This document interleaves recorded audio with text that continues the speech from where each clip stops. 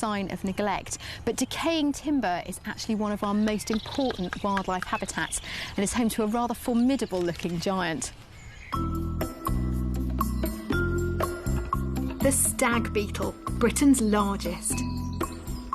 Adults may only live for a matter of weeks, so they're hard to track down and getting more scarce.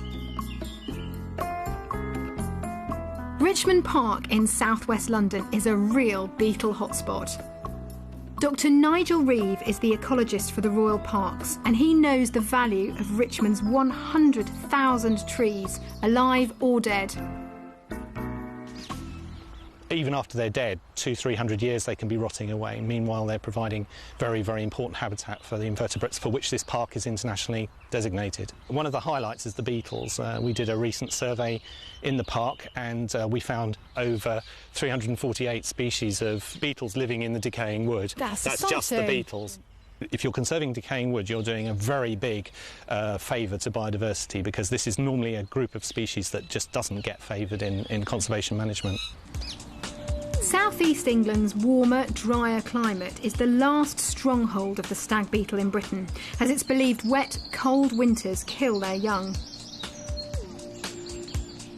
The male's huge antler-like jaws, or mandibles, give the stags their name, and they use them to fight for access to the smaller females.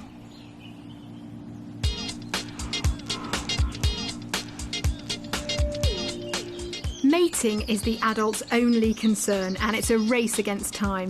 As soon as they emerge in spring, they're vulnerable to hungry birds, as well as lawnmowers. But the real surprise with stag beetles is not the short lives of the adults, but the long lives of their young. At Royal Holloway College, University of London, Professor Alan Gange and his team have been uncovering some of the secrets of the Richmond Park beetles. Now, obviously, you've not brought along some ice cream. What have you got in there? Well, this is the larva of the stag beetle. And it is huge. It is. It's enormous. How old is that then? 6 years old.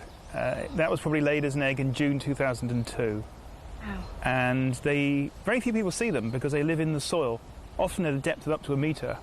The larva itself eats rotten wood, so this is an example of what they do to the wood. And they don't burrow through it like a woodworm does, but they live in the soil and chew the wood from the side. Oh, massive mandibles as well. Yes, it's well equipped to do its job, isn't it? Yes. God, that's just incredible. I can't believe the size of it. And a very curious thing is the adults don't feed at all in the adult stage. Although they have mouth parts, they take no nourishment whatsoever.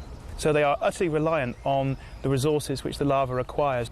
The problem we have with males is that males fly, albeit like a brick. He doesn't fly very well, but the females don't. The females scuttle along the ground. And lots of people tread on them because they think they're cockroaches and want to kill them. And I think one of the biggest threats is habitat destruction in terms of tidying up your garden. By complete coincidence, Lorraine Bardell, a telephonist at Royal Holloway, has left some pockets of wildness in her own garden and has been rewarded with some rare visitors. Look at that rotting log, that's fantastic. This is exactly the sort of habitat they really like to live in. Yeah. Can we shift this thing? Yeah. Will that come off? Can you see anything? Got loads of woodlice. Oh, and there's a stag beetle there, a male one, huge. Okay. That's a find, isn't it? Let's just pick him up. Here's a beauty, look at this one. Oh, he's hanging on. I can't get it. There we go. Wow, magnificent. He's quite nice, really hiding. isn't he? He's quite a good size, isn't he? Yeah. How big have you seen them in your garden then? I'd say a good sort of inch longer than that. Yeah. And have you seen them here every year? For at least the last 5 years, I've definitely seen them. But I've obviously encouraged quite a wild garden, so obviously it's superb. It comes with the territory. Yeah. They're more than welcome lucky to have them. Well, that's great. It's great that you don't want to get rid of them either. No. It's good news. These gentle giants really need our help to give them the habitat they so desperately need. So don't be afraid to leave the odd bit of decaying wood lying around your garden. And you never know, you might be lucky enough to catch a glimpse of the mysterious stag